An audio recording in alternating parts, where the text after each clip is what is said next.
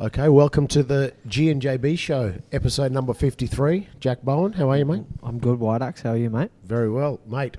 Today we have Grantlee Keiza. How are you, Grantlee? Oh, very well. Thank you very much for having me on the podcast. I listen to them and they're excellent. They really are very, very interesting.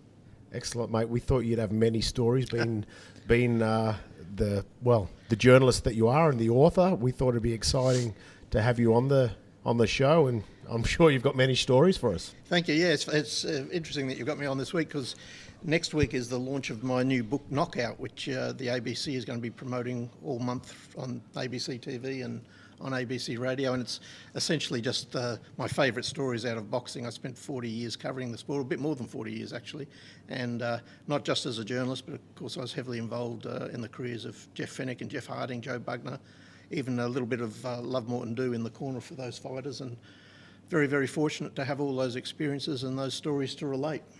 Well, whatever we can do to help you wherever needed, we'll put our little bit of effort in there. Thank you, yeah.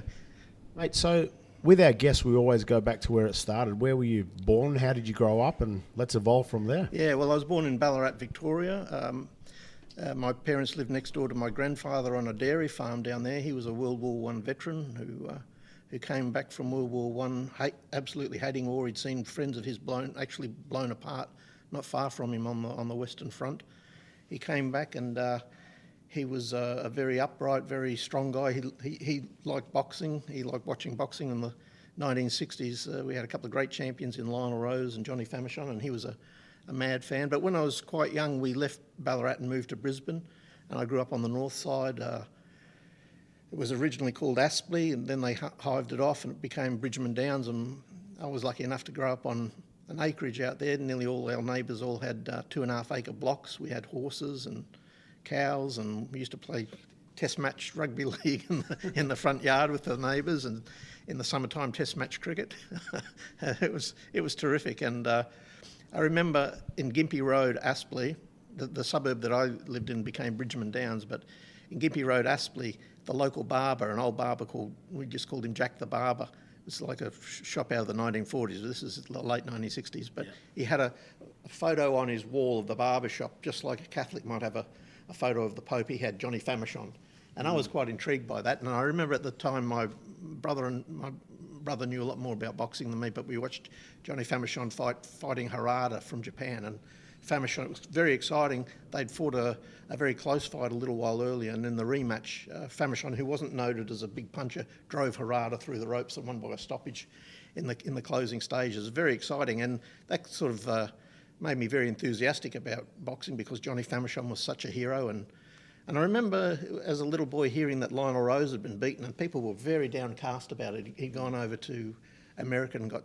stopped by Ruben Olivares, and so all these things were quite fascinating to me, much more so than rugby league or cricket at the time. And I became very interested in boxing. And Muhammad Ali at the time came back from his exile. He spent 3 years out of boxing because he refused to be drafted, and he was a real cult hero, I guess, almost like a messianic figure, a religious figure. He had such a hold on people, and he came back and got beaten by Joe Frazier. And I remember my brother being downcast about that and saying that, it was only because he'd spent so long out of the game. And then I remember very late one night, we stayed up late and we watched from Africa Ali regain the title against George Foreman in Kinshasa, Zaire, and that was absolutely fascinating. And so I dabbled in a little bit of boxing at the local sports club. I didn't do any fighting myself. I'm only about 10 or 12 at this stage, but as time progressed on, I became more and more involved in it. And when I was 17, I left high school and started working for the old Brisbane Telegraph, which was an afternoon newspaper in Brisbane. It's since folded, as all the afternoon newspapers have done as the media winds down. But I started there, and at the time, the promoter in Brisbane was a real tough old guy called Reg Layton, and he promoted fights with Wally Taylor. They had a car yard over on the south side at Woolloongabba, and Reg was the promoter, and I started covering boxing for the paper, which I absolutely loved. I remember the very first fight that I covered was Tony Mundine against Steve Axel, and was that Festival Hall? That was at Festival Hall. It was their second fight. They'd fought in Sydney once before, and Mundine had won in 12 rounds. And in the rematch, Axel always jokes every time I see him that he got caught with a lucky punch or two, about 300 of them. And Mundine was incredibly fast. Tony Mundine, he was absolutely dynamite. And I became quite friendly with both those guys over time, and I became the resident boxing writer there. I did a little bit of boxing training, not fighting. And after 2 years in Brisbane, I covered lots of fights up here. I remember Frank Ropus against Hector Thompson, who was on the downside of his career. Young Brian Jansen was coming along. There was lots of really great fighters at Festival Hall in those days. I remember a very, very big heavy puncher called Steve Dennis. He was absolute power puncher. The fighters that I used to interview would say that even when he hit them on the arms, it was like their arms were breaking. He's such a powerful guy, a very nice guy, but he was a devastating puncher. So after a little bit less than 2 years in Brisbane working for the Brisbane Telegraph, I got offered a better job in Sydney, and I went there and I spent the best part of the next 25 years there. And as soon as I got to Sydney, I started doing a little bit of training at the Newtown Police Youth Club, which was just a police boys club in the inner city of Sydney, and the trainer there was Johnny Lewis, and he had a very good fighter at the time called Jeff Malcolm, who'd been the Commonwealth light welterweight champion, was a very slick boxer, and Malcolm and I became quite friends, and Johnny also had a very good rising amateur. He was the New South Wales flyweight champion at the time, Jeff Fenech. And of course, Jeff took over and became one of our greatest. Perhaps, well, certainly the most successful Australian fighter. It's subjective who was Australia's greatest fighter, but no one has won more world titles in such fashion as he did. Yeah, wow. What a breeding ground for anybody around that gym at that time. I'm sure there's many people around that time with amazing stories from those gym wars that you would have seen in the day. Well, yeah, I remember Lester Ellis and Graham Brook coming up to spar with Jeff Fenech as he rose through the ranks, and they were always very willing, and a real education to watch those two guys go at it. And over time, Jeff morphed from just a wild sort of a slugger who used to wear opponents down to quite a good calculating boxer at the end of his career. He was really such a special talent, and I guess he was always an inspiration for everybody around him, and that what you can achieve with a bit of talent and real hard work and dedication, because he was very dedicated to his craft. He was a bit of a wild boy sometimes away from boxing, but when it came to what he saw as his job, he was 100% focused and dedicated, and nobody trained harder. Johnny Lewis used to always say that, I asked Johnny many times who he thought was better, because Johnny ended up, because of Jeff, Johnny ended up training so many of Australia's great fighters. Jeff Harding came to train with him when he was an amateur. Joe Bugner came when he wanted to make a comeback, and of course Kostya Tszyu when he turned professional. He'd been the world amateur champion. When he turned professional, he trained with Johnny. And I used to always say to Johnny, which one do you think's better, pound for pound, Jeff or Kostya? And he'd always say Jeff was a better fighter than Kostya always around, because when you look at their careers, Jeff only had 28 amateur fights, and yet he should have won the gold medal. He was ripped off for a decision over in Los Angeles and ended up fighting the gold medalist 2 years later and absolutely smashing him, whereas Kostya had something like 350 amateur fights against the best fighters from around the world. And even in the gym, Jeff would do more in an hour than Kostya would do in 2 or 3. Kostya would, a little bit like Manny Pacquiao, just go through the paces for a lot of the time, whereas Jeff was so intense and so ferocious at his task. The way that he trained with such intensity, and no one could out-fitness him. When he was fighting, that's the way he would fight. He would just wear people down, wear them down, and then pounce when they had nothing left. So everything he did, was it like everything he did was a competition? Like if he ran against his mates in the gym, if he'd punch hard, is that how he is? A couple of times, a couple of like athletic runners, like 400 metre champions or 1500 metre champions would come to run with us, and Jeff would decide they'd run at another time because no one was allowed to get in front of him. He would always, because he was super fit, but he wasn't like an Olympic runner or whatever. Yeah. He would pick his marks. Yeah. Yeah, wow. Mate, I want to go back to, because I'm interested in the Festival Hall days. Yeah. The question I want to ask is, what changed? Why is boxing so different now to back then? Because as I hear, you'll be able to spread a bit more light on this. fights were regular at Festival Hall. Fighters get pulled out of the crowd if somebody pulled out, and they just put their hand up, and they wouldn't care. Where now everybody's trying to seemingly protect something which, is irrelevant. Like, what's the difference between now and back then? They were less sanitised times, I guess, in those days. You did have regular fights at Festival Hall, and you had guys who were willing to fight for little money. Now, a lot of fighters, of course, the powers in their court, there's a lot of influence from social media, I guess, and they want to protect their records, and to lose a fight is almost like a career ender for a lot of people, when that's not the way it used to be. Even before the days of Festival Hall in the 50s and 60s, guys would fight every 2 or 3 weeks. Perhaps, in hindsight, not the best for their health, and as I say, they were less sanitised times. But you see also rugby league being watered down too, which isn't necessarily a bad thing. I mean, some of the fighters who were footballers in the 50s and 60s, they played in an era when head-high tackles were common, and if you got concussed, bad luck, get back up. Yeah. What's wrong with you? Well, even myself playing rugby league in a few different places, I remember many times, and this was in the 90s, getting, bit dazed and standing up and just keep going. Yeah. But again, 20 years before, it was a totally different level. I remember talking to Noel Kelly, who was a big fight fan, Noel Ned Kelly, and he was one of the great forwards of all time. He did a lot of amateur boxing as well, and he used to always come down to the Newtown gym to see Johnny Lewis because they were great mates. But in the days that he played, I mean, their shins would get ripped to pieces by spikes. There'd be head-high tackles all the time. It was an era that he used to call catch and kill your own. He used to say, he got sent off so many times himself because he was a pretty rough player. Is that mine? Sorry, mate. That's all right. Sorry. That's all right. I thought I'd switch that off. I'll switch it off. Grantlee's just taking phone calls. Sorry. I'm in big demand. I thought I'd switch it off. There you go. Yeah, it's off.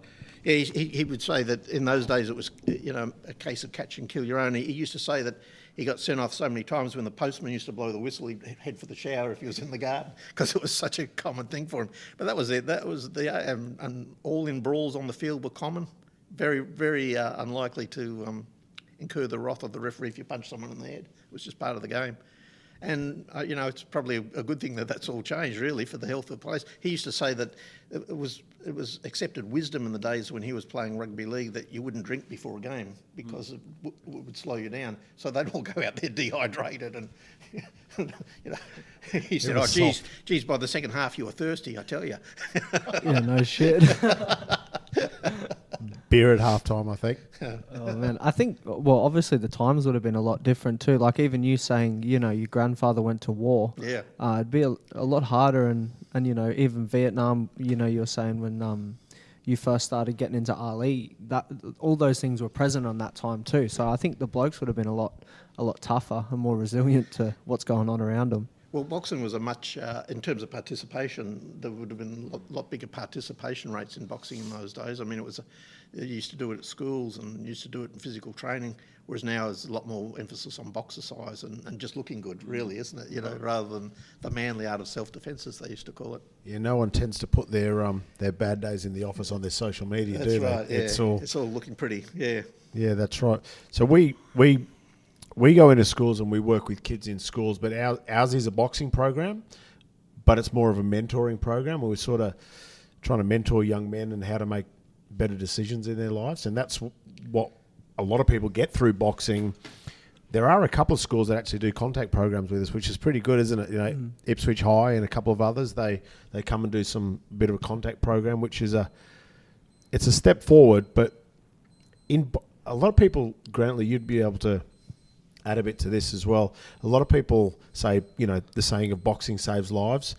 It's also the people around those boxers, isn't it? It's not just the sport. Yeah, of course. And I was very, very lucky to have two great mentors in my life. Not that I was a scallywag or whatever, but coming through the ranks as a young guy in Sydney and involved in boxing, I had Johnny Lewis and the late, great Ray Wheatley, who was my wonderful friend who's just recently passed away. I mean, you couldn't ask for two better friends than those guys for a young guy coming along.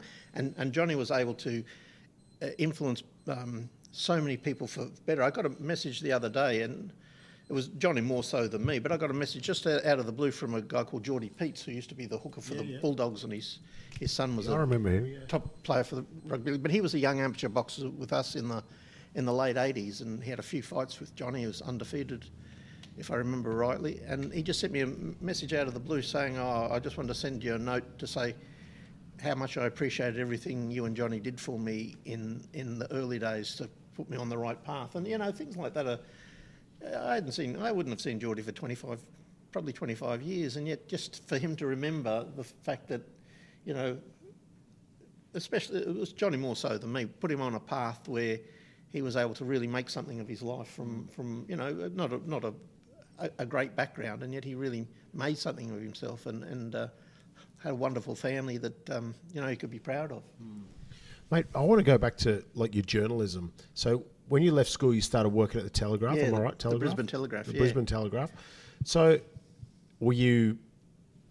did you study any journalism at school? No. Or how did that evolve? It's funny, I just walked straight into the job from high school. I think they had an intake of about 10 cadets between the Brisbane Telegraph and its sister paper was the morning paper, the Courier Mail, which of course is still going. In those days, you didn't need a degree or anything. I must have just impressed them. I knew a lot about sports, and I followed sports, and I did some boxing training and whatever, and I just must have impressed the editors at the time that they gave me the job. I think they took on about 10 people in those days, but these days to get a job in journalism, I think you've got to have a couple of degrees. I used to, at the end of my time at the Courier Mail, I used to see kids coming in with double degrees to get a start to do the same job I got at 17, they'd be 25 or 26. So you had no experience, and they gave you a job as a journalist or a junior? Well, no, as a journalist, I started covering stuff straight away, more or less. I suppose I got good marks in English. That was probably the main criteria, I guess, and that I'd read a few papers. But I didn't follow the news very closely, not really. So going through high school, it wasn't, I'm going to be a journalist. It was just get through day by day. No, well, I was originally going to be a lawyer. Like that. That was that was the way I was being guided to, be a lawyer or a barrister. I was saying the same thing, but to be a solicitor or a barrister. And I got accepted into Queensland University into the law school there, but. I was not a wild boy, but I wasn't real big on authority when I was 17 or 18, as a lot of young people are. And I was a bit sick of school at the time. I wasn't going to be told what to do by anybody in those days. So I thought, I got offered the job at the paper, and I thought, well, this is money in my hands straight away. That's what I'll do, rather than another 4 or 5 years study, whatever the course was. I can start doing something. And in the end, I was very lucky, and I think a lot of other journalists were a little bit envious. And in the end, I spent about 40 years just talking to my mates and writing stories about what they said. It wasn't all that. I used to have to do some assignments I didn't like, but pretty much it was just going out to see my mates every day and having lunch. How much was your first weekly wage? Oh, it wasn't much. It would have probably been about $250, I think. But things were different there. I was telling, it's hard for young people to get a start these days. It really is, and I feel for them. And I came along at a time. I remember I went to Sydney, and I was probably on about, when I went to Sydney, I was probably on about 25 grand, I think. I was 19 when I went to Sydney. And I bought my first place the next year, saved up. It was $3,000 deposit. It was a 2-bedroom unit, fairly close to the city in Sydney. It was a 2-bedroom unit, and I paid $39,000 for it. So it was about a year and a half's wage for a very junior reporter. Yeah, try doing that now, in Sydney, especially in Brisbane too, but in Sydney it's even worse. Were you a bit surprised when he wasn't following, Grantlee wasn't following AFL, Jack, being from Melbourne originally? I thought you might have jumped on that. Maybe Ballarat, you would have been right into the AFL, but... Well, I was born only a couple of days, not that we have anything in common, but I was born a couple of days apart from Plugger Lockett in the same hospital. Yeah. He was a couple of days younger than me, I think, or older, a couple of days older. Yeah. Were you into it, or just a... Not really. I remember watching some games. Don't make them like him anymore, though, just quietly. Jesus. Yeah, he was a tough guy. I remember watching some AFL with it was called the VFL in those days with my grandfather, but I played it at school, not very well. I remember I ended up...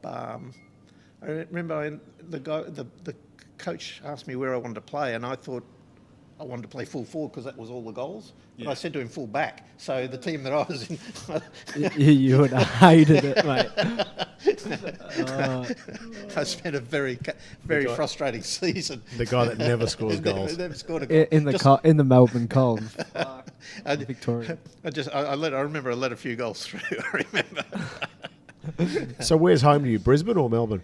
Well, Brisbane. Sydney, I suppose, as well. Yeah, okay, well, Sydney I lived for 25 years, and Brisbane I've been back here since 2006. So nearly, 17 years back. Yeah. I like both. I love living in Sydney. I love the harbour. I go down there all the time, because of the books and launching books and signing books down there and whatever. And I do love it, but I don't love being out if you've got to travel a long way in Sydney, because it's very frustrating. It's so crowded these days. But I always stay down near the harbour, so it's very nice. Mate, I'm sure the listeners will want to hear some Jeff Fenech stories from back in the day, whether it's fights or behind the scenes or whatever. Can you share some light on how things were back in the day? Well, I remember Jeff was always very energetic and very excitable and very volatile. I remember when I first met him, he'd only had a few amateur fights, but already he had that spark about him that suggested he was going to really go places. And the first time I saw him fight was in the New South Wales Championships, where there was 3 other guys there that rose to ranks too, the Waters brothers. Oh, yep. Troy, Guy and Dean Waters, and they both 3 of them all became great fighters. They're all competing at the same championships. Jeff, right from the very start, was so aggressive and so physically strong, and it wasn't long before, I think I met Jeff in 82. I think he won the Australian title in 83 and went to the Olympics in 84. And I remember Johnny Lewis always says it was his proudest moment in boxing, getting Jeff to the Olympics, because he was an old school trainer. Johnny in those days was a sign writer for the council, and he trained the boys after work. Right. I remember they'd start training about 3 o'clock when Johnny finished at the council, maybe 3:30. And so he was very much just a part-time trainer. He trained a couple of professional fighters who came along, who come to the Police Boys Club at the same time, like Jeff Malcolm. But I remember Jeff... like I was with Jeff all those times. We went up to do all these medical tests together before the Olympics. He was so excited. I remember him having a fight with his mum. Someone from the Olympic Committee or someone from the amateur boxing had rung to say that there was a problem and he wasn't going to the Olympics. She'd got the message. She's a little Maltese lady. She got the message all wrong, and he was very, very fired up about that. I think he half destroyed the house. He was a real live wire. But he went over to the Olympics and he won his first fight, I remember, against an African guy, and then he won the second fight, and then the third fight he lost to a guy. He won the fight. The judges gave him the victory against a guy called Redzepovsky from Yugoslavia. It was called Yugoslavia in those days. But then, and for whatever reason, in those days, and the same thing happened to another fighter called Renato Cornet there, they had what they called an international jury that would review every decision. And for whatever reason, they voted to overturn the decision that the judges had given to Jeff. And so you can imagine his reaction. Blow up. More than a blow up. But anyway, he came back here and he milked that. Like, Jeff was a great self-promoter, and he milked the publicity of being ripped off for that opportunity, that chance to go to the next level where he would have been guaranteed a medal. He milked that for everything and had a great wave of public sympathy. And he turned professional against one of Ray Wheatley's fighters, a guy called Bobby Williams, at the Marrickville RSL, and that became his little base there for a while. And he did that for about a year. He had 5 or 6 professional fights. And then one day, I was actually sparring a footballer called Pat Jarvis, who played for Australia. Pat Jarvis. Well, that's Brock's dad, isn't it? Brock's uncle. Brock's uncle, sorry. Yeah. He played for North Sydney as well? He played for, he might have played, I remember in those days he was playing for the Dragons. He was a Dragons player. Yeah, I know who he is. Yeah. He ended up playing for Australia, but he was big, and he was battering me, I was very much a part-time sparrer, very much part-time. But it just happened to be that day, as I was getting smashed all over the place, that Jeff's manager, who was a young lawyer called Colin Love, who did stuff for the Australian Rugby League and ended up the boss of the Australian Rugby League, ended up the chairman of the ARL, he turned up with a former journalist who was a publisher. He published Rugby League magazine. His name was Bill Morty. That was Colin's mate. And they came up to meet Jeff Fenech and have a chat to him about they had an idea to promote a fight that they could take the publicity that he'd had for missing out on that medal and expand it, which they did. And Bill promoted a fight at a place called the Horden Pavilion against a little Filipino guy, tiny little guy, and Jeff battered him and the crowd went mad, and that was really when the legend of Jeff Fenech as a professional fighter really kicked off. Was Jeff one of the first that Johnny trained from scratch to being a superstar, pretty much? Pretty much. He trained a few fighters along the way, but none sort of reached those heights. And it's interesting the way that things worked out, because Jeff had gone to the gym in 1982, not really interested in boxing. He was a rugby league player, and he coached his little junior team, and he had aspirations to play in what was then the New South Wales Rugby League, but he was a bit small, very, very light. He was only 55 kilos max, even before he'd come down, he'd fight at 51. So he was very, very small. But he came just to look for someone, and he saw a bloke that he knew sparring, a guy called Mark Cribb, sparring in the gym, and he was just watching him, and Johnny was looking for someone else to spar. He only had one guy, and they were only doing a couple of rounds. He was looking for someone else. And just out of the background, Johnny hears this kid pipe up, "I'll spar him." And he looked around and said, "Mate, who are you? Like you're supposed to be a proper fighter to have this. You can't just come in off the street and spar this." He says, "No, I'll have a go. And he jumped in, had a go, and didn't do all that well. But Johnny looked at him and thought, "Geez, this bloke's a goer, isn't he? Geez, he's keen." And he from that moment he said, "Well, mate, why don't you come up tomorrow and start training here, and I'll show you how to box, and I'll show you, the right way to fight. Can you slip a punch? Can you duck? Can you weave? Can you, tie a bloke up?" And he said, "Yeah, all right, I'll come up." So the next day he came up, and within a few weeks, Johnny said, "This bloke could be anything. He's just such a talent, such a raw talent. You only have to show him once, and he can do it. Can throw every punch. He's as strong as an ox. Looks like a veteran. Yeah. And so that's how it started. And before long, a couple of fights, Jeff was the New South Wales champion, and then the Australian champion. And after his whole amateur career was 28 fights, and in that time he'd won a bronze medal at the World Cup. They had a thing called the World Cup in Rome in '83. Yeah. He'd gone to the Commonwealth Championships in Northern Ireland, and then at the Olympics. He'd mowed everyone down. He'd mowed down the three guys. The gold medal, until the decision was overturned and he missed out on going to the next level, the bronze medal round. But 2 years later, he fought the Olympic gold medals, who was Steve McCrory, who was a very, very slick boxer, and Jeff just battered him to prove that if he'd been given the chance, he would have won the gold medal, most likely. I know they went to the same Olympics together, Shane Knox. Yeah, I knew Shane very well, yeah. Did they ever fight, Jeff? No, they used to spar all the time. But they were a similar weight, weren't they? 1 or 2 apart? Yeah. Shane was a featherweight, and Jeff was a flyweight in the amateurs. 2 divisions apart, yeah. But when they turned professional, I was in Shane's corner a lot in his career, because he trained with Johnny for quite a while. He lived down at Marrickville. Shane used to... They have down in Sydney, and I think they still have them now. What do they call it? Transit lanes. You're only allowed to have one passenger. Oh, yeah. You're only allowed to, if you've got a passenger, you can drive. Shane used to have a blow-up doll sitting. He used to drive a mini moke in those days, and he'd be flying along the transit lane with his blow-up doll in the seat next to him. Noxie had a couple of uses for the blow-up doll. He was a character. Yeah. But boy, what a puncher! He used to. I remember Jeff fought Daniel Zaragoza over in Perth, and we all went over there, and Shane fought on the undercard. Another Mexican, he fought Zaragoza's sparring partner, and battered him. He was very, very, very talented, but I think he's got to 16-0 and gave it away. But he had the hallmarks of world champion as well. He probably didn't. I used to talk to Jeff about if he had to fight Shane, and Jeff was always confident that he could beat Shane. If they met at cash weights or whatever. But if Shane had the same resolve and determination that Jeff had, and the same focus, that absolute steel focus, he probably would have won a world championship as well. He was very, very talented. Yeah, and had the hammer, didn't he? Yeah, I called him the hammer. That was my nickname. I called Jeff the Marrickville Mauler. Did you start that? That's me. Yeah, right. Jeff was the Marrickville Mauler, and I based that off Jack Dempsey, who was the Manasseh Mauler, just wearing guys down. Yeah. And it was Shane the Hammer Knox, Jeff Hitman Harding. They're all my nicknames.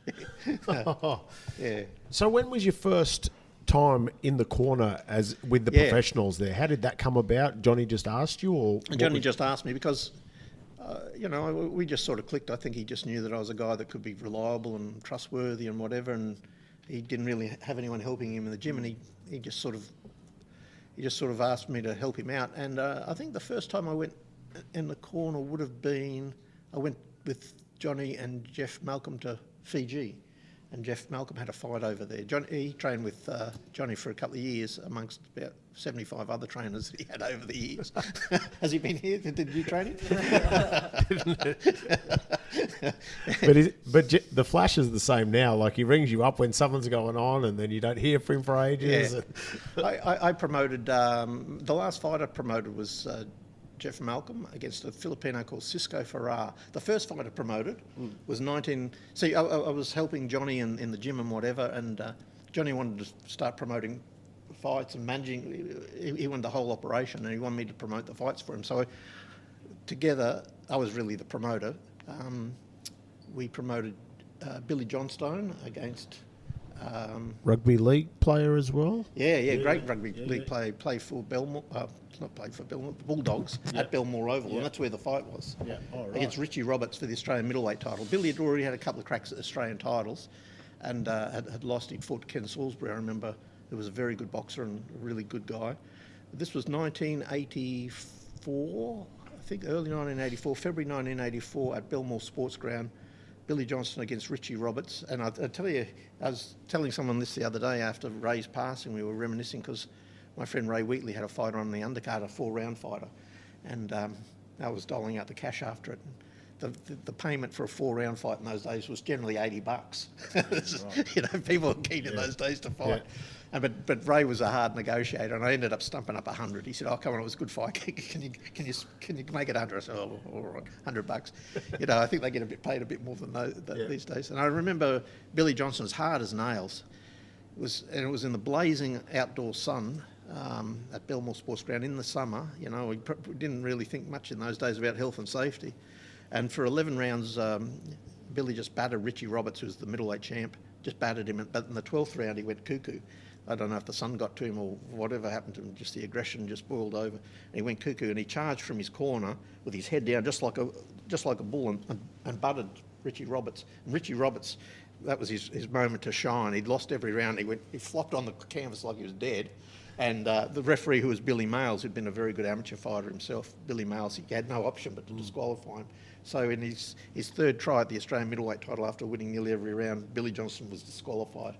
And he was absolutely gutted. You know, like, I don't know if you've ever met Billy, but he's as hard as nails. He's like from Cunnamulla. He's just a really, really tough man. And he was crying his eyes out in the dressing room. And his purse was supposed to be $3,000 for 12 rounds in the blazing sun. But I ended up giving him $3,500, I remember. And felt sorry for him. Felt sorry for him. It was heartbreaking for us, because I knew how hard Billy had trained in the gym getting ready for the fight, and like, he really put every ounce of determination he had into it, and for whatever reason just went mad in the last round. Have you heard of Billy Johnson, Jack? No, I can't get my head around Grantlee's memory. I can't remember what I did yesterday. Mate, the fact you can recite so many things and who was there and how their careers were, that's unreal. Billy made a career after rugby league as the hard man trainer. He was training the Cowboys and other teams, and, you know, like, it's the old school methods. If you don't vomit on your run, you know, you're not trying hard enough. That's what I was going to bring. I was going to bring up, because the rugby league players that you speak to say he was brutal. Oh, he was brutal, yeah. Well, another I think guy, he went with the Kangaroos too, didn't he? Once. Yeah, he was. Well, Johnny Lewis was a Kangaroos trainer. He might have been training the Kangaroos. He didn't play for Australia. Yeah. But another guy with that same sort of mentality was Tommy Raudonikis. He trained with us for a little while, because he had a football. In the early days, you didn't see footballers fighting too often, not like today. But he had a grudge fight with his great rival Greg Oliphant, and he trained up with Johnny, and he'd be there doing the patch and thundering at the same time. Not very pleasant. Having a durry halfway through the round. It seems like all the boys back then could fight, though, couldn't they? Yeah. Like, I've even seen old videos of, you know, Gary Ablett Senior, of him boxing people in Pentridge, maybe, and Lester Ellis. Yeah. He was a goer. And not long after that, like, Tommy had the footballer fight and was training with us. He and his mate John Singleton, who's a very rich advertising executive down there, they decided they'd going to promote a show at the Sydney Opera House. And it was the only time they've ever had boxing there, and ended up an all-in brawl. It was a guy called Ken Salisbury, who was the Australian junior middleweight champ, fighting a very volatile fighter called Alex Temelkov from Wollongong. And Temelkov's... Ken Salisbury was trained by a guy called Bernie Hall, who was rather eccentric. He was a very good boxer in his heydays. He'd fought the great Freddie Dawson back in the 40s, but he had a big mane of blonde hair, and you can still see the footage on YouTube. But Alex Temelkov was hitting Ken Salisbury low, and Ken Salisbury's trainer, Bernie Hall, jumped in and got him in a headlock, and that sparked the Temelkov camp to all running with karate kicks, and all kung fu was all the rage in those times, and doing all these karate kicks. And the referee was Sharky Raymond, who, real name Dave Ballard, but he was as tough as nails. He was the world #1 junior middleweight in the early 70s. And he was the referee, and one of them king hit Sharky, so it was on. The referee was punching on with the corners. Oh. Yeah, mate. You can see that footage on YouTube. Yeah, I think I have seen that. The Sydney Opera House. I'd only been in Sydney a little while then. It was the last time they had boxing there. Yeah. Yeah. Well, we've got a guy that trains at the gym. His name is Josh Dew, Ronald Dew's son. So he would have been in the festival hall days that when you spent time there. And I remember having a look at Ronald's record. In his first year of professional boxing, he had 23 fights. Yeah. Over the days. These guys don't have 23 in their careers now. Incredible, isn't it? Well, how many did Jeff end up with? Well, Jeff Fenech? Jeff Horn. Jeff Horn. Jeff Horn. Jeff Fenech was an era where they had a lot of fights. Probably no more than 20. Yeah. Yeah. And Ronald Dew had 23 in one year. First year. I remember Ronald Dew well. I was in the corner for Jeff Malcolm. He beat Ronald Dew at the State Sports Centre, I think, at Homebush, just before the Olympics, or around the time of the Olympics, Yeah, he was a good fighter, Ronald Dew, yeah. What's your best moment in the corner? One that stands out at head and shoulders above the rest? Well, like seeing Jeff Fenech win the world title to beat a guy called Satoshi Shingaki for the first fight, that was tremendous. And then that was his first world title? First world title. He'd only been a pro for a year. Yeah. I was in his corner for all his world title wins. And then he became the first Australian to win 2 world titles. He fought a really, really good fighter from Thailand. He'd been a great kickboxer called Samat Parkaroon. But a real cool dude. He was like Thailand's #1 playboy. He was a real slinky sort of joker. And I remember a couple of nights before the fight, I knew he was eating at a Thai restaurant up in the middle of Sydney there, up in Oxford Street. So I went up to get some photos of him. And he had a big fight coming up. He's got a durry hanging from his bottom lip, and he's cooking his stir fry himself with a couple of Thai girls waiting at the table for him. He's a real slick guy. He went back and ended up as a bit of a pop star over there, but he was a slick dude. But he was a great fighter, big heavy puncher, big southpaw, and he dropped Jeff in the first round, and we all had our hearts in the mouth. But Jeff was just relentless pressure, and Parkaroon, even though he'd had so many kickboxing fights and hard professional fights, he just couldn't cope with the pressure, and Jeff just overwhelmed him. Yeah. And poor old Parkaroon, it was the days where big gambling and whatever. His managers had put all his money, so they said, on his victory. It was about $175,000 US, which was pretty big money in the mid '80s. And when Parkaroon got back home, everyone was just staggered that he'd lost, and the crowds, waiting for him at the airport, abusing him, and people who'd lost all their money backing him because he was such an idol over there. He had to do the usual penance and shave his head and go into a monastery for a while. He was a monk over there for a while to hide out until the furor died down. Geez, I'm sure you would have seen some crazy stories of opponents, and I suppose having Jeff and Jeff Harding, mate. I wouldn't mind knowing a bit more about Jeff Harding's fighting career, because you were in his corner. Yeah. Were you in his corner for the big one, Dennis Umbrose? No. I was actually covering that for newspapers and magazine, Penthouse magazine in those days, which was one of the few avenues that used to run really big feature stories. It was almost like a book I wrote on the fight. I was sort of following the tradition of Norman Mailer writing big magazine stories about the fight. But the promoter was it was a really weird time. It was over in Atlantic City, and I remember the promoter at the time, it was a co-promotion between Bob Arum and a big shifty real estate spiv over there that everyone thought was as dodgy as anything. It was Donald Trump. you know, it's quite extraordinary. He ended up the President of the United States. That's right. In those days, you'd see him like in the foyer with a couple of other spivs, you know, like he was just regarded as this big shonky spruiker, you know, bloke that would talk up all these real estate enterprises. And So he was boxing through and through. Yeah, that's he fit right in. And he ran all the big, a lot of the big casinos there. They were all, I remember there was the Trump Taj Mahal, there was Trump Tower, the Trump Plaza. There were all these big casinos, and the Harding fight was. It was really an interesting fight. Jeff Harding and Johnny Lewis were at loggerheads at the time, and they ended up splitting apart.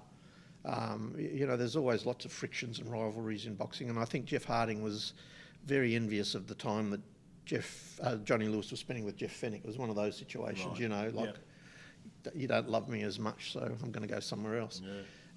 But when they went over there, Jeff Harding only got the opportunity because Donnie Lalonde was supposed to fight Dennis Andres, but got injured and had to pull out. And Jeff Harding, even though he was undefeated, no one really knew who he was. In fact, Dennis Andres, at the press conference, thought he was fighting Jess Harding, who was a British cruiserweight. Or his sister. Yeah. No, there was a cruiserweight in Britain called Jess Harding, and that's who he thought he was fighting. Wow. Jess Harding. And they said, no, it's Jeff Harding. So he hadn't really done his homework. Not really. And the fight was pretty one-sided from until late in the stage. Dennis Andres punched the crap out of Jeff Harding. He really did. He busted up his nose and had him down, and had him badly hurt. But Jeff Harding was like he was. You just programmed him. Johnny Lewis would get in his ear and just program, and he'd just keep going boom, boom, boom, boom.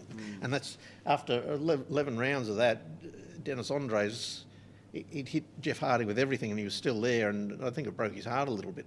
In his corner, you know, Johnny was very Shakespearean. Johnny Lewis, like he gave Jeff Harding the best wind up of all time. He said, "Son, go out there and give it everything you've got. Come back a world champion, mate. You can do it. He's tired. He's more tired than you." That's why he used to talk. He's more tired than you. You think you're buggered. He's more buggered than you. Get out there and come back as world champion.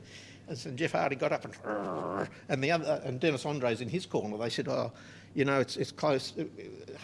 Andres on the scorecards has won just about every round. He was a mile in front. He could have run away for the three and still been world champion. So Dennis Andres has come out to knock out Harding, and Harding's there waiting for him. And they just went at it for about 2 minutes, and then finally Andres, he was exhausted, and Andres, his composure just cracked, and Harding just jumped on him and just kept battering. And it was one of the great Rocky moments of all time. And unfortunately, that was the, it was sort of almost like the open gate for Jeff Harding's life for a long time to go off the rails. The success sort of went to his head a little bit, and he didn't know really how to handle it, and he ended up losing the title back to Andres. He won it back again, but he just didn't have the focus and the anchor in his life that someone like a Jeff Fenech had. He didn't have the street smarts, and he fell on hard times for quite a while, sleeping rough, and ended up in jail for a little while. You know, his drinking got out of control, and it was, I guess, one of my proudest moments. He and I were at loggerheads for a long time, Jeff Harding, but I saw him in 2013 at the Australian Boxing Hall of Fame, and he told me that he wasn't drinking anymore, and I remember he was there with Lionel Rose's widow, and it just seemed like he'd found a place in his life. I think that he finally had admitted his faults and overcome the demons in many ways. It's hard to do for anyone, I suppose. It is hard, and it's always baffled me, you know, like a guy that could be so focused and so strong and mentally so tough and physically so tough, in other ways could be weak and let addictions and things get on top of him, because he went through a very bad time for a long time and hurt a lot of the people who were trying to help him. Grantlee, with you reporting and being like good mates with a lot of the athletes, did you ever have any run-ins when you did write articles? Well, it's funny you say that, because like Jeff Fenech and I, we didn't talk for a long time. We became no speakies for a long time because of the way that I would cover the fight. You know, like I always tried to the best of my ability, to be honest about fights and whatever. And often I would write things that even my friends didn't like, because I was I felt they had a duty to the readership and the sporting public to tell the truth. If I thought someone had performed badly, or if I thought their opponents were very ordinary, there's always a talk of people bringing in Thai taxi drivers for people to fight. And if I said that some opponents were very, very ordinary, a lot of people didn't like that. I've made lots of enemies over the years in covering boxing, but that's the way. So be it. I remember, well, more recently, back in the day. So I was working on construction, and Trad McLean was he was working for the Bulletin, and you were working for the Courier Mail. Okay. It was like, I remember myself and Chris McCullen used to buy both newspapers, the Courier Mail, when there was Anthony Mundine fights coming up, and it seemed like Trad was the positive and you were the negative on Chock. It was like, I don't know if anybody else saw it, but we used to buy both papers because we were just boxing mad. Yeah. We'd buy both, and it was like, Grantlee's hammering Chock. Trad loves him. What's going on here? How did I suppose you were good friends with Tony? Well, how did that? You were there, a part of that evolving of Anthony Mundine's career. Yeah, a part of it, I suppose. Yeah. Well, I didn't get on with Anthony for a long time. He called me the spit bucket boy once, which incensed Johnny. Johnny says, "You're never spit bucket." I said, I don't mind. But like a lot of his opponents, I thought in the early days were pretty ordinary, and I thought he was extremely arrogant. And he, of course, was doing it to whip up the public as well. Yeah. But I thought a lot of the things that he said were uncalled for. Attacking people and the legends of the rugby league and whatever, and always playing the racism card. I thought that was very uncalled for. He was saying that. The reason he couldn't get a go was for racism. Well, there seems to be plenty of Aboriginal players that did get a go, so... And then he said, it's because I'm outspoken. Well, maybe the other players they picked were actually better than you, Maybe you just don't see it that way.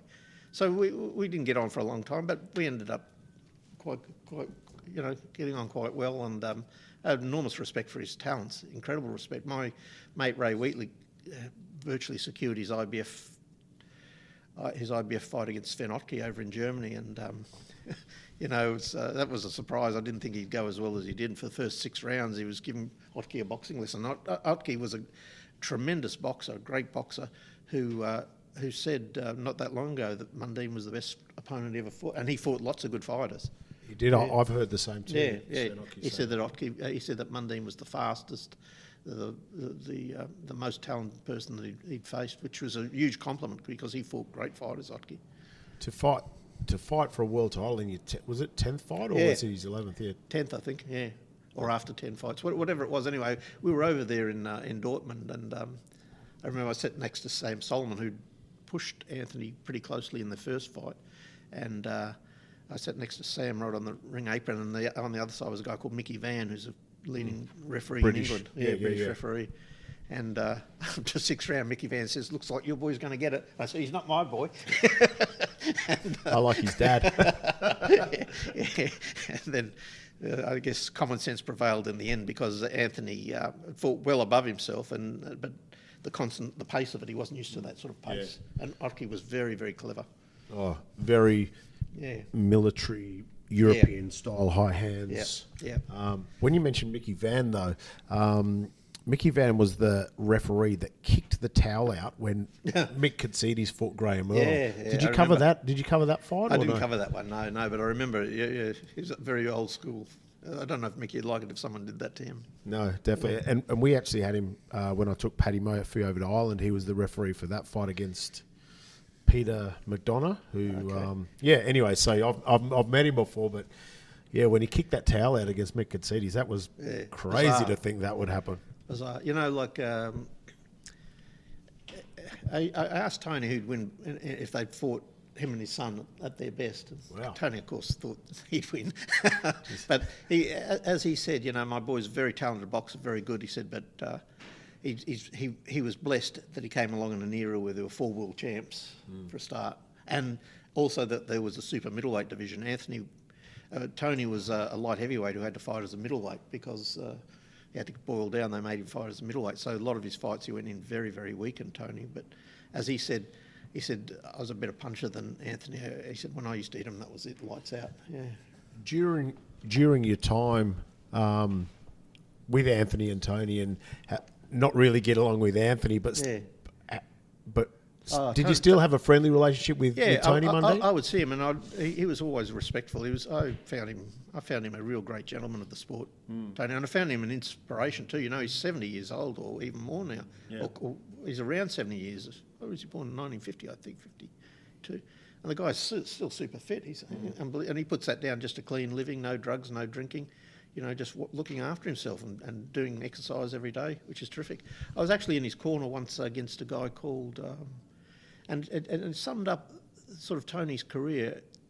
It was at Festival Hall against a guy called Murray Sutherland, who was the world super middleweight champion and who fought a lot of good light heavyweights in the early 80s. And Sutherland, if you looked at him, Mundine was an Adonis. Tony was an Adonis, super fit, and always in great shape. And Murray Sutherland was like a bag of bones, just a real skinny, scrawny guy. He was Scottish, but he lived in Detroit. He was living in America. But when the fight started, like Tony started real fast, real fast hands and moving and like super slick. But Murray Sutherland just stayed on and was tough as nails and rode out his best shots. And Tony, I think, was a guy, I think he was one of our greatest fighters, but he was very much a confidence man. And you see that with fighters, I think, say a fighter like Michael Zarafa, I've sort of seen that too. If you can break their confidence early, they go into a shell and they're nowhere near as effective. And I think that was the thing with Tony. If you could get on top of him early, all that brilliance would go away. And in that fight, Murray Sutherland dominated for almost all the fight against a boxer who was technically and skillfully much, much better than him. But Sutherland got the decision. I've heard people say, and look, it's negative people, it's not positive people that say Tony Mundine had a glass jaw. Yeah. But then I've heard other people say, if anyone got hit by those punches that he got, they all had a glass jaw. Yeah, that's right. They early in his career, even my mate Ray Wheatley dropped Tony in 1969 at a fight at Manly. But the most famous one was in the TV ringside where boxing was very, very popular, so much of the country would have seen it. He fought another hot prospect, this is in the late 60s, called Kahu Mahunga. Oh, yeah. Kahu Mahunga was a big, big puncher, and he hit Mundine flush and knocked him out. And from that moment, he had the tag that he had a glass jaw. But as people say, if Kahu Mahunga hit just about any fighter in the world with that punch, he would have knocked them out, So it's no disgrace there. And Tony beat a lot of big punches and managed to get away with them. So he was a very, very good fighter. Beat Emil Griffith, and he was a terrific fighter. Can't imagine the gloves back then being very protective either. No. And the calibre of opponents that he fought some of the best middleweights in the world over quite an extended period. And then he ended up almost winning a shot at the world cruiserweight title. He fought the Olympic gold medalist called Matej Parlov in about 1980, I think. And Parlov was a big guy, 85 kilos or whatever. And Mundine was, he'd started out as a middleweight. And Parlov hit him with plenty of shots, and Tony was still there at the end. So, I don't, whether he had a glass jaw or not, he certainly rode lots of big shots during his career. And I want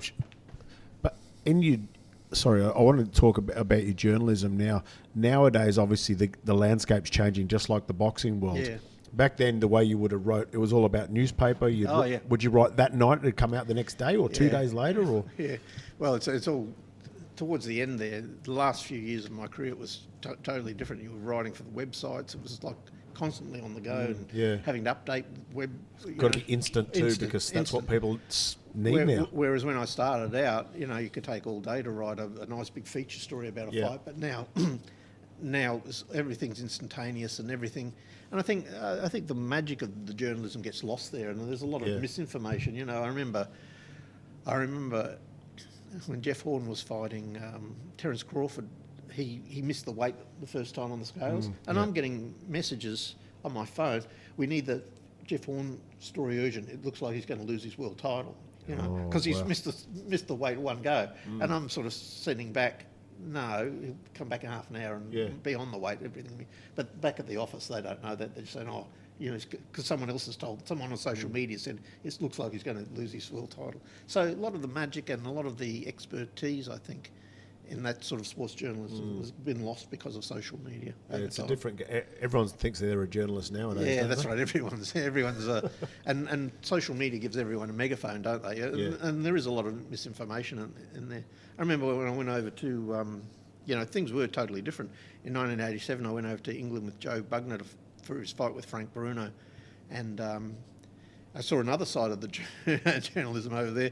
Joe was being hunted for alimony by his first wife, and we're at the weigh-in, and there's a guy there with the papers trying to serve him, and Joe jump on the scales and then sneak out the side door. That was and all around the hotel were all these Fleet Street, the red tops they call them over there, all the scandal sheets in England, all trying to get some sort of sleazy scoop on Joe. That was an education. Geez, the tabloids over there are brutal, aren't they? Oh, they are, The yeah. Sun, Yeah. they just print whatever's a good story. Like, there's not much truth in it. He told me in 1975 he fought Muhammad Ali in Kuala Lumpur for the world heavyweight title, and it was like 100 degrees over there, terrible heat and whatever, and he lost on points. Ali was too good for him the second time especially. They'd had a closer fight the first time they fought. But he said that after the fight, some of the journalists and photographers, they asked him to pose in the swimming pool with a cocktail to, show how hot it was, and that he was finally able to relax after the fight. And he said the next day all the stories were about how he'd only gone there for a holiday and hadn't even tried. And he said, they just set me up. They set me up with this cocktail in the swimming pool. He said, I was bloody exhausted. I went 15 rounds with Muhammad Ali in 100-degree heat. But, yeah, Joe didn't have a great opinion of a lot of the Fleet Street writers. Yeah. Brutal. So, Frank Bruno, mate, he's somebody I watched quite a bit when I was younger. Yeah. When he fought when Bugner fought Bruno, when was where was that? And it was at White Hart Lane in London. Tottenham Hotspurs. Hotspurs. And what sort of crowd are we talking? It was nearly 40,000. I think it was about 38,000. I remember. That was, you were talking about the great memories from being in the corner. That was probably, as far as an event, probably the best event that I was involved in, being in the corner. There was such a huge crowd there. Frank Maloney, promoter? Barry Hearn. Barry Hearn promoted that. Eddie Hearn's father. He'd made his career in snooker. Yes. And he used to always tell a funny story, Barry. At the time, Frank Bruno was the great hero in England. He was undefeated in British boxing. He was a real rising heavyweight contender, and they had never had a world heavyweight champion. And at the same time, Joe was making a comeback. Joe had a pretty lavish sort of lifestyle, and he needed money for a comeback. So he made a comeback in 1986, training with Johnny Lewis in Newtown because of the success Jeff Fenech was having. So Johnny got to train Joe Bugner. So Joe's making a bit of a name for himself in Sydney. He's fought a couple of good fighters. They brought out James Tillis, who was the first guy to go the distance with Mike Tyson. Yep. Joe beat him pretty easy. Then they brought out David Bay, who just fought Larry Holmes for the world heavyweight title, gone 10 or 11 rounds. And then they brought out Greg Page, the former WBC world heavyweight champion, who was trained by a guy called Richie Giachetti, who also trained Larry Holmes. And I didn't know at the time, but he was like a mafia enforcer. They call his nickname on the streets was Ricky the Torch, because he'd burn your house down if you didn't pay up. It was bizarre. And I'm in like I say, I was a few years before just a shy boy from Brisbane, schoolboy, and I'm in the ring, having a fight with this guy in the centre ring, saying, yeah. It was quite weird, So Joe had won these fights. Barry Hearn has made his name in snooker, has made quite a fortune in snooker over in England. And he's in a Chinese restaurant in London one time with his wife, and he's saying to her, look, I really want to promote a fight. We've got Frank Bruno here. And he wasn't Bruno's manager or promoter or whatever, he just had this idea. He said, I reckon we put the great England hero against the villain, because years before Joe Bugner had beaten Henry Cooper, who was a great hero in England, and was now regarded as forevermore as the villain, because he almost like shot Bambi, like he'd beaten England's great hero. I reckon if we put the hero Frank Bruno against the villain Joe Bugner, it'll be the biggest fight ever in Britain. And he says, I reckon I can do it. I've got the experience promoting snooker. I reckon I can do it. And his wife laughed at him and said, there's no way you could do anything like that. Just stick to the snooker. So he had Joe's phone number, and he got in those days you didn't have mobile phones, he got the Chinese restaurant to bring a phone to his table, and he rang Joe up at his house, at his flat where he used to live there in Darling Point in Sydney. And he said, Joe, my name is Barry Hearn, and I want to promote a fight with you against Frank Bruno outdoors in London this year. And Joe's got quite a high voice. He says, that would take a very lot of money, Barry. I'm not interested whatsoever. and Barry Hearn said, I'll give you £250,000, Joe. And Joe, quick as a flash, said, what plane would you lock me on, Barry? so from that moment, and that was only about 5 or 6 weeks, I think, before the fight. So Joe, who hadn't been training, he'd beaten Greg Page, hadn't been training, so suddenly he's got this fight offer, the biggest purse of his career, in the £250,000 in those days. The Australian dollar with the exchange rate was worth about 750,000 Australian dollars. This is 1987, and even though he'd fought Ali twice, he hadn't got a purse that big in his career. So he took the fight, even though he had limited time. He really, in the end, only had about 3.5 weeks to get ready for the fight, and Johnny Lewis and I had to stay in Sydney because Jeff was fighting a guy called Carlos Zarate, former world bantamweight champ, which Jeff won. And then we headed to London after that, about 7 days before the fight, I think. So Joe was training with another guy from our gym, Brian Wilmot, who's quite famous now as a cut man. Yeah. So he went over with Joe about 3 weeks before the fight. And it was a huge, huge event. It was outdoor arena, Tottenham Hotspur's ground, White Hart Lane. And Joe played it up for everything he could, and Barry Hearn was grateful like anything because Frank Bruno is quite a dour, sort of slow-speaking. Joe was hammering it up, the big villain. He was wearing the big Crocodile Dundee hat around and showing the big Aussie knife. Joe. Yeah, big Aussie Joe, all that. And he was really, really playing up. I remember he's got a high voice. He was saying at the press conference, he says, Joe Bugner is not here to dilly or to dally. He is going to give this young upstart a good hiding. Like that. And he was fired up, Joe. But we suspected, we didn't see him training for the 3 weeks beforehand. We suspect that he wasn't training all that hard because no one had ever seen him go for a run the whole time he was in London. And he went to the gym. He sparred a couple of good fighters down there, but he just didn't have the time to get ready. And it's the only time, I remember it vividly, because the only time in my life that anything like this would ever happen to me or even the guys that we were with. The night of the fight, the afternoon of the fight, they had two big stretch Bentleys, those big old sort of Bentleys that the Queen used to drive in, S1 Bentleys, I think, waiting for us. So we got in the cars at our hotel. It was just near Euston Station, I remember. It was called the White Hart Hotel, I think. We got in with bodyguards and whatever, and they had a police escort at the front, a guy on a motorbike, and one behind us. And we cut through the traffic. They were stopping the traffic for us to get through because it was such a big event. The traffic in London is really, really intense. Mad. So we could get there, and there was the two Bentley limousines with the police escort. And it took us still about an hour to get through there, but they were stopping the traffic so we could get through. And when we got there, Joe was still very much the villain. He had his Australian tracksuit on and, like all the Australian flags and whatever he's flying. He gets out of the thing and they're all booing, "Get back to Australia!" The big crowd there booing him.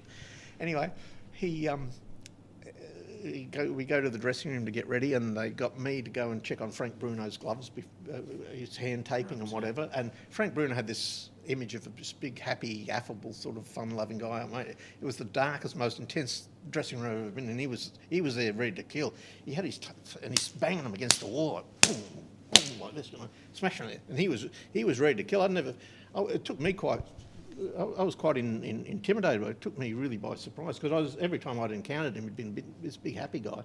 And in Joe's dressing room, he's got all these Australians. So he's playing up the Aussie Joe. He's got Waltzing Matilda playing and all this sort of stuff. And Barry Hearn came down to the dressing room to see if everything was okay. And he goes into Frank Bruno's room, and it's like almost like a morgue. They're all sour and all intense. He goes into Joe's room. There's Waltzing Matilda and Click Go the Shears playing. And Joe's holding... Oh, sorry. I've just knocked the microphone. Joe's holding up two dressing gowns. One's got a wattle motif and one's got some other sort of green and gold thing. He's saying to his wife, "Darling, which of these dressing gowns do you think I look best in?" Wow. And he couldn't believe it. So anyway, the fight starts. So we go out into the huge stadium. It's like... The boos for Joe's like a jet engine taking off, boo, boo, as he comes out, and he's got this robe on designed by this very flamboyant dress designer in Sydney, all beautiful wattle motifs all over it, and sort of like a beautiful stitching and whatever. And he goes out there and they're just booing and throwing things at him, and the joint was so crowded. I had to climb into the ring. The actor Bruce Willis and his wife at the time, Demi Moore, were right there at ring, so we had to virtually climb over them to get into the ring.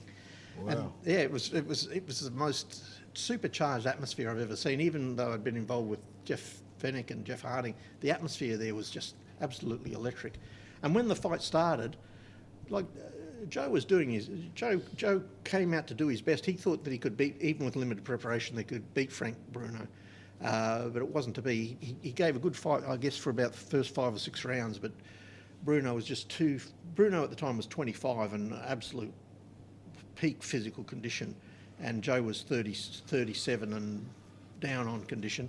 But Joe still gave a good fight until finally, and I think the 8th round, Bruno nailed Joe with a big right hand, and as even though he's 37, and at the end of his career at the very top, Joe still refused to go down. He sort of sat on the bottom rope, and I remember vividly Frank Bruno leapt up like it was like he was trying to drive in a fence post and started smashing Joe on top of the head, trying to drive him through the canvas. Yeah, right. And Johnny ended up throwing in the towel. But at the time, I remember this vividly too. Johnny was losing his hair at the time. He used to have a full head of hair and a beard when I met him. That's why I always say when he started training Jeff Fenech, his hair started to fall, started tearing his hair out. But Johnny was very paranoid about hair loss at this time, and he's like examining everyone, on the plane. He'd be, checking our scalps and whatever. So he said to me one time, he said, "Mate, you ever thought of combing your hair over that way?" And I said, "Oh, whatever." And I remember, even much worse than the pain that Frank Bruno had inflicted on Joe, Johnny says after the fight, he says, he said Frank was just too young, too strong, too mobile. He says, "I tell you another thing too about Joe. He's getting very thin on top."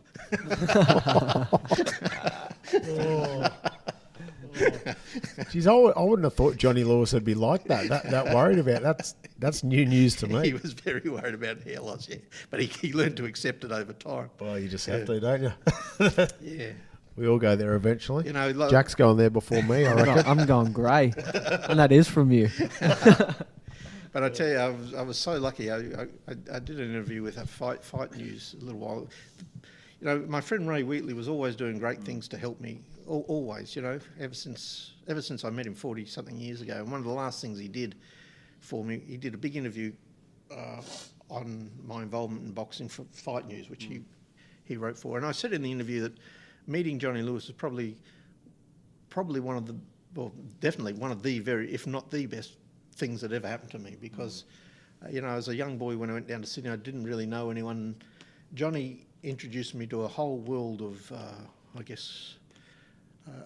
he introduced me to a great sporting community and really furthered not just my career as a journalist, but as a human being, and that he showed me, what you can do with determination and commitment and dedication, because that's what he brought to all these fighters, and a sense of humour as well. Like Johnny made training up there for those guys. He really turned their lives around. Who knows what would have happened to Jeff Fenech if he hadn't met Johnny Lewis? He'd have probably been successful in some field, but it was Johnny that brought out that talent and made him focused and made him so physically strong and so determined to achieve. Wait, can you tell us, I know you spent a lot of time in the Philippines before Jeff Horn fought. Yeah. And I think we spoke a few times, and it's like everyone at the time, mate, this can't really happen, can it? Can they really make this fight? Jeff Horn versus Manny Pacquiao? I remember Jeff saying to me, and we said this when Jeff's podcast the other week. Jeff said to me, he said, you didn't think I'd win, did you? I saw him a few weeks after the fight, and I went, Jeff, I was hoping you would, but you were fighting Manny Pacquiao, mate. Yeah. But you were one of the only guys that you tipped it maybe 6 weeks out. Yep.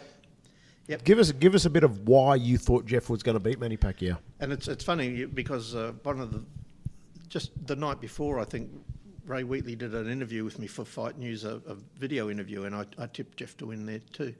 I went over to the Philippines. I think the fight was in July the 2nd, and I think we went to the Philippines in February, and we were there for about a week or 10 days from memory, watching Manny Pacquiao train, and I went to his house and went out for dinner with him. He was a lovely guy, just an absolute gent, considering where he is on the world stage. But I just had the feeling watching him training. I'm not saying he didn't take it 100%, but he trained with just a fraction of the intensity that Jeff Horn was training. Like he'd spend hours in the gym, but half of it was like stopping training to have a chat with someone. You know, like he'd be doing the pads, he'd do a couple of rounds on the pads, and he'd stop and have a chat and just sort of wander around the gym for a while. And the stuff that he was doing was intense. You know, like he's doing calisthenic kind of exercises and jumping exercises, and then he'd be hitting the speedball for a while, and it looked fantastic.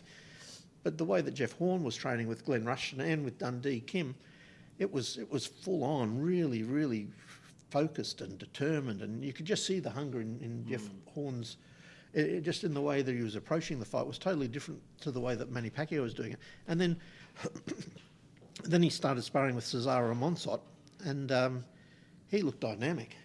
I know Monsot was probably past his best as a fighter, but he just looked dynamic, Jeff Horn. I thought the Manny Pacquiao that I saw over in Manila is not going to be able to handle the pace of the Jeff Horn that I'm seeing fighting, training at Stretton, and that's the way it proved to be. You know, people say it was, you know, a lot of the Americans said, "Oh, it was a rort and that Manny Pacquiao won the fight." I didn't think so. You know, like after 8 rounds, I remember saying, "Pacquiao can't win this." I was sitting next to Jeff's granddad right on the ring apron. I was sort of, he was very deaf and had poor eyesight, so I was his sort of eyes and ears at ringside.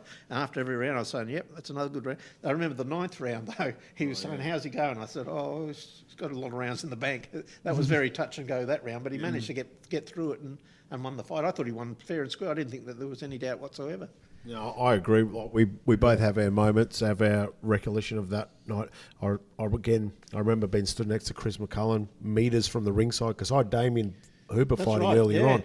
So we were, you know, roaming around, and it was again about after the 8, and I said to Chrissy, "He's going to win this." And we were like, "This can't happen." And then, but you've got your own, you know, you remember as well, Jack. Yeah, I remember. Well, I was at home watching it with my parents, and exactly the same feelings. I think it was after about 8. Yep, he's going to win this, as long as he doesn't do anything stupid. And then the 9th happened, and I was like, "Just hang in." And then, mate, I thought I had it like 8-4 or somewhere about that. But yeah, man, that was a massive moment, and it's cool to have him on, and everyone's got their memory of what happened that day. It's cool. It's amazing, isn't it? You know, like when it was happening and when the fight was over, we were sort of looking at each other saying, "Is this really happening?" Yeah. You know, it was almost like a dream. The whole afternoon was, did this really just happen? You know, I remember I got into the ring with Jeff Fenech, you know, because he went over to Manny because he'd had dealings with Manny in the past, and Jeff said, "Oh, you know, bad luck, mate," you know, like, and we went over to Jeff Horn. It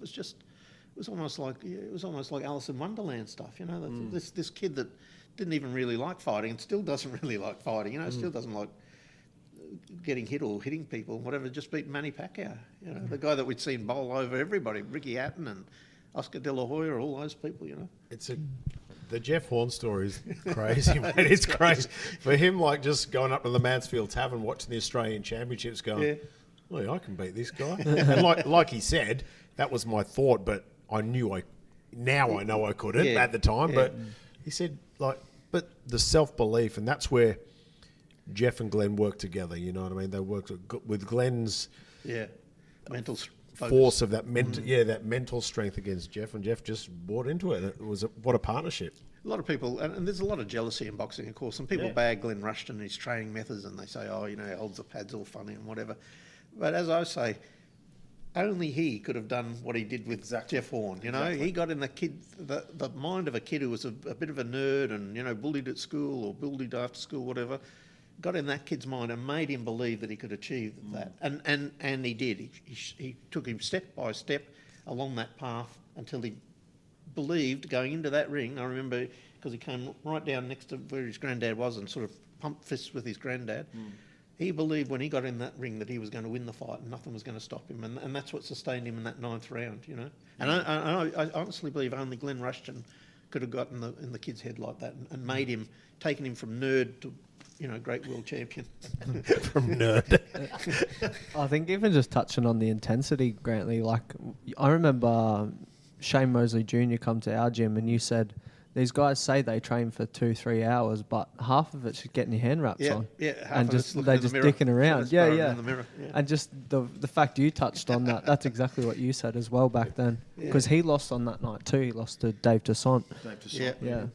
Oh, what an amazing day for Australian boxing that was. Even if Jeff had lost, that would have still Oh, been a still great day for massive, Australian yeah. boxers, Massive. you know, like Like you were just saying with Damien Hooper, you know, that was a good Huge big win, win. and to Saints win was a terrific win, you know, over good fighters, and they had the light flyweight world title fight on as well, you know, the Japanese guy. Yeah. Oh, And Michael Conlon was on too. Yeah, that's right. Yeah. Jared, what's his last name?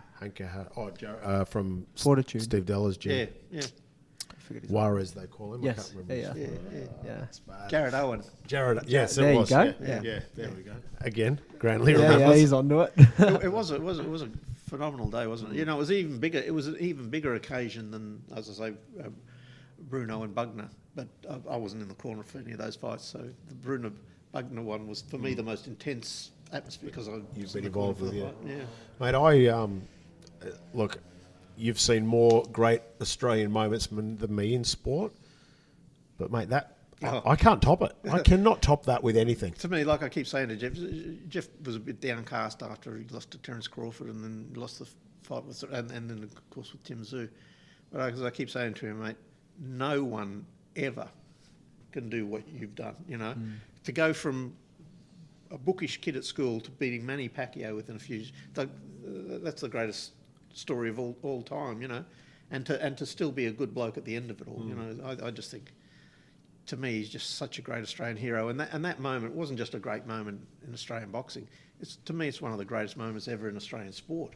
That's what I put it up there. I can't see, like, I don't know, Test match wins. You get excited by them, and whatever sport, cricket, rugby league, I don't know, World Cup wins. For Jeff to beat Manny Pacquiao, that has to top everything. That has to top everything, mate. Who would have thought that, you know, a few years before, you know, like it's amazing how lives turn out and change, isn't it? You know, who would have thought when he was going to high school and getting picked on and whatever, on a few years I'll be, you know, battering Manny Pacquiao before 50,000 people at Suncorp. Crazy. It's just crazy. And he was just, when he's on the podcast, he said, mate, I didn't even realise before a few weeks ago I could walk down the street. He said, and the minute that fight's over, I walk out of the dressing room and I'm just a different person. And he said, I can't remember how long he said it went on for. He said, but gradually, he said, I can walk down the street now. You know what I mean? Yeah. But he said, for that, like, you know, probably that next 6 months there, it was madness. Yeah. He's a very modest guy, you know, like he didn't milk his fame for what he could have, you know. Someone like a Jeff Fenech would have, you know, built on that and built on that and built on that. But Jeff's a very laid-back kind of character. Jeff Horn's a very laid-back character. Mate, you just mentioned Jeff Fenech again. Did you watch the fight last week? Which one? Haas Hamden and Justin Hassan Foss. Yeah. Once again, yeah. Jeff using his He's a experience? very, very strong personality. Yeah, I remember the great old. There used to be a great old fight announcer, Ray Connolly. He was the guy that used to use the big words. He used to say, "Glittering ominously down Glovedham's glory road." You know, he was great. Jeff Fenech took him for a drive somewhere. He said he drives very aggressively, doesn't he? Yeah. Mate, they mentioned Jeff himself in the interview after mentioned the Jeff Fenech privileges. Jeff Fenech privileges. At least he owned it. Oh, that was against Frosty, wasn't it? Justin Yeah, Frost. Justin, yeah. Yeah. So outside, I know we spoke a lot about boxing, Grantlee, but outside of boxing, you've written a few books as well. You want to tell us a little bit about that? Well, I've got, I think, Knockouts number 22, I think, that I've written. I've written for I wrote lots of sports books in the 80s. I wrote the Jeff Fenech story, and I wrote a book on the history of Australian boxing and a book on cricket, quite a few different books. But since about 2010, I've been concentrating on big Australian books on Australian history. Yeah, because I saw, did you do a Ned Kelly book as well? Well, I wrote the story, it's called Mrs. Kelly, the story of his mother, and also a book on the hunt for Ned Kelly. So that was a particular of interest. But I've written biographies of big Australian characters: Banjo Patterson, Henry Lawson, Governor Lachlan Macquarie, Joseph Banks, the great botanist. And I've got one coming out at Christmas time on Matthew Flinders, who was the first European guy to circumnavigate Australia and map most of Australia. In fact, the maps that we use of Australia even now are pretty much based on what he did back in the early 1800s. And I've got a new book coming out next week called Knockout. It's all my favourite boxing stories. Yeah. Yeah, awesome. Yeah. What kind of led you down that path to explore Australian history a bit more? Yeah, well, it's quite weird. You know, I was was up in Bundaberg, and I visiting my brother's family, and he had little grandkids, and I decided to take their mother and the kids out for the day, a little day trip, and we went to a place called the Hinkler Hall of Aviation, which celebrates the life of Bert Hinkler, who was a great Australian aviator. He was the first man to fly solo from England to Australia, and his aeroplane's in the museum in Brisbane, the Queensland Museum in Brisbane. And I was just intrigued by his story. I just thought it was a phenomenal story. And the thing that really hooked me, they had just a little photo in the corner of a girl he married in America while he was living in England, and he was not really a bigamist, but he more or less had two wives on the go at the one time. And I just thought, that's such an intriguing sort of a character. What made this guy tick? And at the same time, he's a globe-trotting aviator, and this brilliant adventurer. So I wrote his book, and it was quite successful. And the publishers HarperCollins asked me to write a biography of the great World War I General John Monash, and that did quite well. And so I started really enjoying the process of learning about these people myself, and then telling other people the stories of these great Australians. And for the last 10 years, that's pretty much what I've been doing. Yeah, that's unreal, mate. Yeah, I enjoy it. Yeah. Bit of a change of pace from the sport, obviously, as well. Yeah, but I suppose like in the career, I've always found, we're talking about boxing, I've always found covering boxing as absolutely fascinating because of the characters and the people you meet. And I think the sport of boxing, more than any other, I mean, people have spoken about this in the past. George Foreman used to always say boxing was the heavyweight championship of sports, because the characters that you meet and the drama and the intrigue and the pathos and the comedy and whatever other emotions are magnified in boxing more than they are in team sports, I guess, because it's one-on-one. And the fight for survival is really the fight for survival. You get fighters from all sorts of backgrounds. As we're saying, Jeff Horn, a bullied kid who ends up conquering the world, conquering this great champion. You can only really have that at that level on a one-on-one sport. It's not so much a team sport. So I always found boxing, people used to say, why don't you cover more football? And the editors of the papers always wanted me to do more on other sports. But I loved covering boxing largely because of the intrigue and the fascination I had with the characters that you would meet from all sorts of walks of life, often the shady sides of life. It was an endless source of fascination for me, and I loved covering it. And it's probably why, a lot of the great novelists of our time have covered boxing and have been intrigued by boxing. Even people like Ernest Hemingway, he used to say that boxing was the best left hooker he ever saw, because you'd be travelling, a fight was like life, you'd be travelling along, seemingly everything okay, and then something out of the blue would lay you flat. And that's what life is like, and that's what the sport of boxing can be like. The old saying, you're only ever 10 seconds from disaster in the sport. So all the emotions and all the excitement of the sport are amplified magnificently. Wow, it's been great. It has been. It's been my pleasure, really. I really enjoyed having a chat, really did. Mate, it's been really good listening to the stories and the names that you know, and as Jack said, the memory that you have is unbelievable. I suppose in your world it has to be, I suppose. I suppose, I probably know most of the guys you've had on the podcast. I listened to Paul Milner the other day, and what a gentleman he was. I covered all his stuff before the Olympics in 2000, and a great boxer too. Oh, mate, he was one of the best technicians. Yeah, brilliant. Unfortunately, his professional career didn't go where he trained with Johnny Lewis too. He was up at the gym. I remember he came over to Germany with us when Danny Green fought Marcus Bayer. He was Green's main sparring partner, and Green had a lot of trouble with him in the gym, more probably with Paul Milner than he did with Marcus Bayer in the fight. He was a very, very slick boxer and a lovely guy. Excellent. Who were you on for Green Mundine fights? Who am I on? Who were you on? Who was going to win? Danny Green was always my pal. Yeah, I remember in the first Mundine fight, he stuck his head. Anthony was winning the fight after a bit of a shaky start. And he stuck his head through the ropes and poked his tongue at me. I remember that. Yeah, I backed the wrong horse. Well, mate, it's been a pleasure having you on, and mate, I'm sure a lot of our listeners will get a lot of pleasure from listening to this. And 100%. Mate, thank you very much, Grantlee. Appreciate it. My pleasure. Thank you for having me on. Really, really enjoyed it. Thank you.